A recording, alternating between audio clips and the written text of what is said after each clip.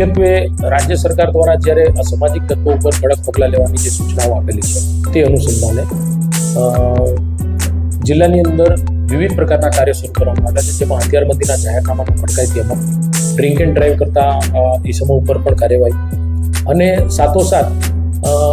જો અસામાજિક તત્વો કોઈ ગેસ્ટ હાઉસો કે એની અંદર રોકાતા હોય તો તેઓની ઓળખ કે આઈડેન્ટિટી થઈ શકે તે માટે એક અલગથી ડ્રાઈવ લઈ અને જેમાં એસઓજી તથા ડાકોર પોલીસ અને જિલ્લાના અન્ય પોલીસ સ્ટેશનો દ્વારા બીએનએસએસ કલમ 223 અન્વયે એટલે કે જાહેરનામા ભંગના, જેની અંદર મુખ્યત્વે જે પથિક સોફ્ટવેર છે તે પથિક સોફ્ટવેરની અંદર જો કોઈ હોટલ કે એના માલિક તેમાં રોકાનારા ગેસ્ટની નોંધણી ન કરતા હોય તો તે પ્રકારના જાહેરનામા ભંગના કેસો લગભગ 15 જેટલા કેસો 2 દિવસમાં કરવામાં આવેલા છે. તે સિવાય હથિયારબંધીના જાહેરનામાના લગભગ 7-8 કેસો કરવામાં આવેલા છે અને ડ્રિંક એન્ડ ડ્રાઈવ કરતા